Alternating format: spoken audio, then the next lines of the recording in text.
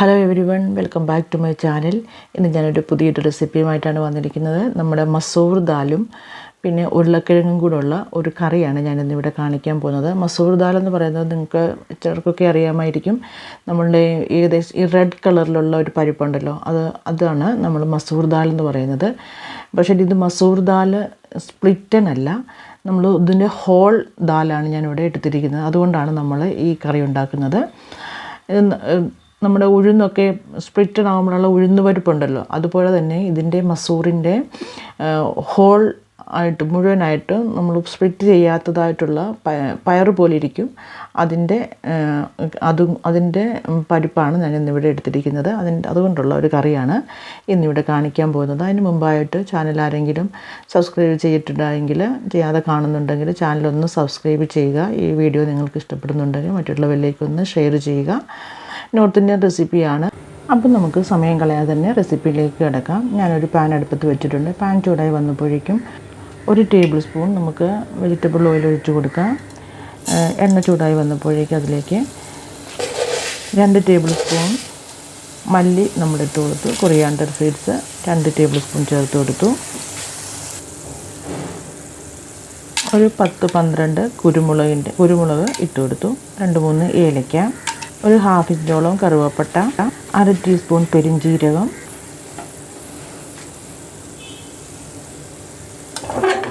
ഇവയെല്ലാം കൂടെ ചേർത്ത് നമുക്കിതൊന്ന് ഫ്രൈ ചെയ്തെടുക്കാം. നമുക്കിതൊന്ന് ഫ്രൈ ആക്കി നമുക്കിതൊരു പാത്രത്തിലേക്ക് മാറ്റി കൊടുക്കാം.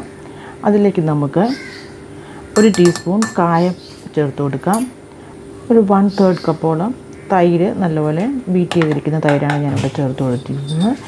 അതുപോലെ ഒരു 1/4 കപ്പ് മല്ലിയില, ആവശ്യത്തിനുള്ള ഉപ്പ്, ഇതെല്ലാം കൂടെ ചേർത്ത് നമുക്ക് മിക്സിയുടെ ജാറിലേക്ക് ഇട്ട് നമുക്കിതൊന്ന് അരച്ചെടുക്കണം. ഇത് ഒന്ന് ചെറിയ ചൂടൊന്ന് മാറിയതിന് ശേഷം നമുക്കിതൊന്ന് മിക്സിയുടെ ജാറിലേക്ക് ഇട്ട് നമുക്കിതൊന്ന് അരച്ച് ഒരു പേസ്റ്റാക്കി എടുക്കാം. അത് ഞാനിവിടെ അരച്ചൊരു പേസ്റ്റാക്കി എടുത്തിട്ടുണ്ട്. ഇനി നമുക്ക് പൊട്ടറ്റോ മസൂർ ദാൽ എങ്ങനെ ഉണ്ടാക്കുന്നത് നമുക്ക് നോക്കാം. ഒരു പാൻ അടുപ്പത്ത് വെച്ചതിന് ശേഷം അതിലേക്ക് 1 ടേബിൾ സ്പൂൺ എണ്ണ ഒഴിച്ച് കൊടുത്തു. അതിലേക്ക് 1 ടീസ്പൂൺ ജീരകം ചേർത്ത് കൊടുക്കാം. അതുപോലെ തന്നെ നമ്മൾ ഏകദേശം ഒരു 1.5 ഇഞ്ചോളം ഇഞ്ചി ചെറുതായിട്ട് അരിഞ്ഞത് നമുക്ക് ചേർത്ത് കൊടുക്കാം. പിന്നെ 2-3 പച്ചമുളക്, അതും ചെറുതായി അരിഞ്ഞത്, അതും കൂടി നമുക്ക് ചേർത്ത് കൊടുക്കാം. നമ്മളിതിനകത്ത് ഉള്ളിയോ വെളുത്തുള്ളിയോ ഒന്നും നമ്മൾ ചേർക്കുന്നില്ല. ഇഞ്ചിയും പച്ചമുളകും മാത്രമേ നമ്മളിതിനകത്ത് ചേർക്കുന്നുള്ളൂ. അപ്പം ഞാനിത് കുതിർത്ത് വെച്ചിരിക്കുന്ന ദാലാണിത്, മസൂർ ദാൽ. ഇത് കണ്ടോ, ഇതുപോലെ ഇരിക്കും. ഇതാണ് നമ്മൾ കുതിർക്കാത്ത ദാലാണിത്.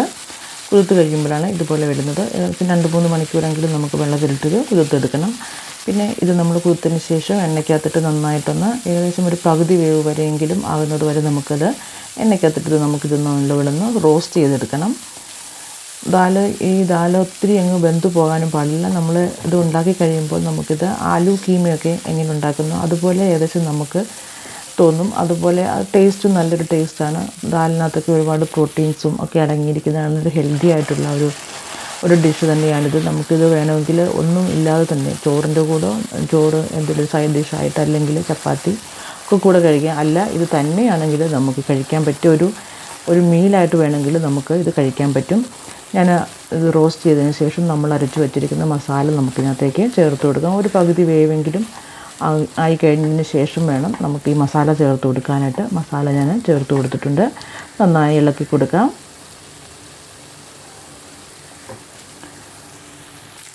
ഇത് കണ്ടോ, ഇപ്പോൾ വെന്തിട്ടുണ്ട്, ഒരു പകുതി വേവായിട്ടുണ്ട്. ഇനി വേണം ഇനി ബാക്കിയുള്ള ചേരുവകളൊക്കെ നമുക്കിനകത്തേക്ക് ചേർത്ത് കൊടുക്കാനായിട്ട്. ഇനി ബാക്കിയെന്ന് പറയുന്നത് നമ്മൾ ഉരുളക്കിഴങ്ങ് നമ്മളിതിൽ ചേർത്ത് കൊടുത്തിട്ടില്ല. ഇനി നമുക്ക് ഉരുളക്കിഴങ്ങ് വേണം ചേർത്ത് കൊടുക്കാനായിട്ട്. അതിന് മുമ്പായിട്ട് ഞാൻ ഇതിനകത്തേക്ക് ഒരു 1.5 ടേബിൾ സ്പൂൺ കാശ്മീരി മുളക് പൊടിയുടെ ചേർത്ത് കൊടുക്കുന്നുണ്ട്. മുളക് പൊടിയും ചേർത്ത് നന്നായി ഇളക്കിയതിന് ശേഷം നമുക്ക് ഉരുളക്കിഴങ്ങ് ചേർത്ത് കൊടുക്കാം. ഉരുളക്കിഴങ്ങ് ഇതുപോലെ ഒരു ഉരുളക്കിഴങ്ങിന് ഏകദേശം ഒരു മീഡിയം സൈസ് ഉരുളക്കിഴങ്ങാണ് ഞാൻ എടുത്തിരിക്കുന്നത്. 5 എണ്ണം ഞാൻ എടുത്തിട്ടുണ്ട്. ഒരു ഉരുളക്കിഴങ്ങിന് നമുക്ക് 8 പീസായിട്ട് മുറിക്കണം. അതായത് ഇതുപോലെ 8 പീസായിട്ട് നമുക്ക് അതിന് മുറിക്കണം. ഒത്തിരി ചെറുതാക്കരുത്, ഇച്ചിരി വലുപ്പത്തിൽ തന്നെ വേണം ഉരുളക്കിഴങ്ങ് കിടക്കാനായിട്ട്. ഒരു ഉരുളക്കിഴങ്ങിന് നമുക്ക് 8 പീസായിട്ട് മുറിച്ച് നമുക്ക് ചേർത്ത് കൊടുക്കാം. അതും കൂടി ചേർത്ത് നന്നായിട്ട് നമുക്ക് വീണ്ടും ഇളക്കി യോജിപ്പിക്കണം. ഇപ്പോൾ കണ്ടോ ഞാൻ നന്നായിട്ട് ഇളക്കി കൊടുത്തിട്ടുണ്ട്. കണ്ടോ ഇപ്പോൾ കണ്ടോ ഇതിൻ്റെ കളറൊക്കെ ഒന്ന് മാറി വന്നിട്ടുണ്ട്. നല്ലൊരു കളറായി വന്നിട്ടുണ്ട്. നമുക്കിനി അതിനകത്തേക്ക് നെയ്യ് ചേർത്ത് 2 ടേബിൾ സ്പൂൺ നെയ്യ് ചേർത്ത് കൊടുത്തിട്ടുണ്ട്. 2 ടേബിൾ സ്പൂൺ നെയ്യ് വീണ്ടും നമുക്ക് ഒന്നുകൂടെ നന്നായിട്ടൊന്ന് ഇളക്കി കൊടുക്കാം. ഇനി നമുക്കിതിനകത്തേക്ക് വെള്ളമാണ് ആഡ് ചെയ്യേണ്ടത്. വെള്ളം നമുക്ക് ഉരുളക്കിഴങ്ങ് വേകണം. അതുപോലെ തന്നെ ഉരുളക്കിഴങ്ങ് നമ്മൾ ഈ പരിപ്പ് ഉരുളക്കിഴങ്ങിൻ്റെ കൂടെ ഇടുമ്പോൾ ഉരുളക്കിഴങ്ങ് നല്ലപോലെ വേവുള്ളതാണ്. അതുകൊണ്ട് പരിപ്പും നന്നായിട്ട് വെള്ളം സോക്ക് ചെയ്യുന്നതാണ്. അതുകൊണ്ട് വെള്ളം ഇച്ചിരി ആലോചിച്ച് വേണം നമ്മൾ വെള്ളം ചേർത്ത് കൊടുക്കാൻ. നമുക്ക് ആവശ്യത്തിന് വേണ്ടുന്ന വെള്ളം ഇപ്പോൾ തന്നെ നമ്മൾ ചേർത്ത് കൊടുത്തിരിക്കണം. നമ്മുടെ പരിപ്പ് വെന്ത് കുഴഞ്ഞു പോകാനും പാടില്ല. എന്നാൽ ഉരുളക്കിഴങ്ങ് വേകുകയും വേണം. ഉരുളക്കിഴങ്ങ് നമുക്കിനി കറിക്കകത്ത് നമ്മൾ തൈര് ചേർത്തിരിക്കുന്നത് കൊണ്ട് പരിപ്പ് ഒത്തിരി വെന്ത് ഉടഞ്ഞു പോകത്തില്ല. എങ്കിലും വെള്ളം സോക്ക് ചെയ്യും. അപ്പം നമ്മളതിനനുസരിച്ചിട്ട് വേണം നമ്മൾ വെള്ളം ഒഴിച്ചു കൊടുക്കാൻ. ഞാനിവിടെ ഏകദേശം ഒരു 1.5 കപ്പ് വെള്ളം ഞാൻ ഒഴിച്ചു കൊടുത്തിട്ടുണ്ട്.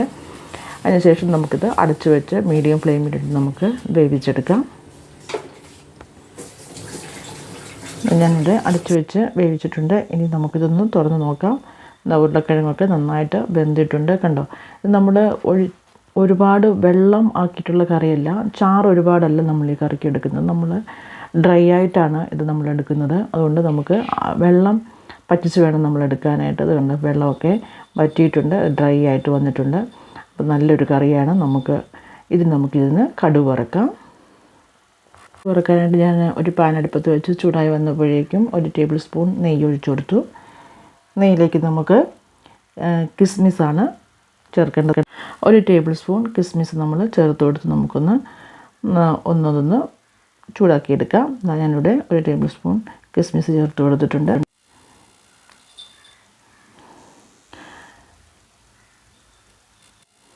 ടെമ്പറായി വന്നപ്പോഴേക്കും നമ്മുടെ കറിയിലേക്ക് നമുക്കിത് ചേർത്ത് കൊടുക്കണം. ഞാനിവിടെ ചേർത്ത് കൊടുത്തു. ഇപ്പം നമ്മുടെ പൊട്ടറ്റോ മസൂർ ദാലിൻ്റെ കറി ഇവിടെ റെഡി ആയിട്ടുണ്ട്. നമുക്കിതൊന്ന് ഗാർണിഷ് ചെയ്യാം. ഞാനിവിടെ അല്പം ഒരു 2 ടേബിൾ സ്പൂൺ തൈര് ഒഴിച്ചു കൊടുത്തു. അതുപോലെ ഇഞ്ചി നീളത്തിന് ജൂലിയൻ ആയിട്ട് കട്ട് ചെയ്തിരിക്കുന്ന ഇഞ്ചി കൂടി നമുക്ക് ചേർത്ത് കൊടുക്കാം.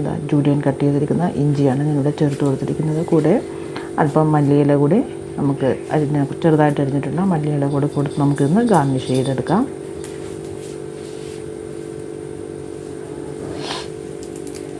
അപ്പോൾ നിങ്ങൾക്ക് ഈ വീഡിയോ ഇഷ്ടപ്പെട്ടെന്ന് വിചാരിക്കുന്നു. വീഡിയോ ഇഷ്ടപ്പെട്ടെങ്കിൽ ചാനൽ സബ്സ്ക്രൈബ് ചെയ്യുക, വീഡിയോ മറ്റുള്ളവരിലേക്ക് ഷെയർ ചെയ്യുക. നിങ്ങൾ ഉണ്ടാക്കി നോക്കണം. അപ്പോൾ താങ്ക് യു ഫോർ വാച്ചിങ്. അപ്പോൾ ഞാൻ പറഞ്ഞതുപോലെ ഇത് തന്നെ സ്വയം ഒരു മീലാണ്. നമുക്കിങ്ങനെ തന്നെയും കഴിക്കാം. അല്ലെങ്കിൽ ചപ്പാത്തിക്കോ അല്ലെങ്കിൽ ചോറിൻ്റെ കൂട്ടത്തിലൊരു സൈഡ് ഡിഷായിട്ടോ ഒക്കെ നമുക്കിത് കഴിക്കാൻ പറ്റിയതാണ്. അപ്പോൾ നിങ്ങളെല്ലാവരും ഉണ്ടാക്കി നോക്കുക.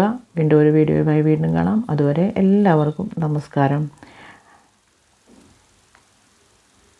Thank you for watching. Take care.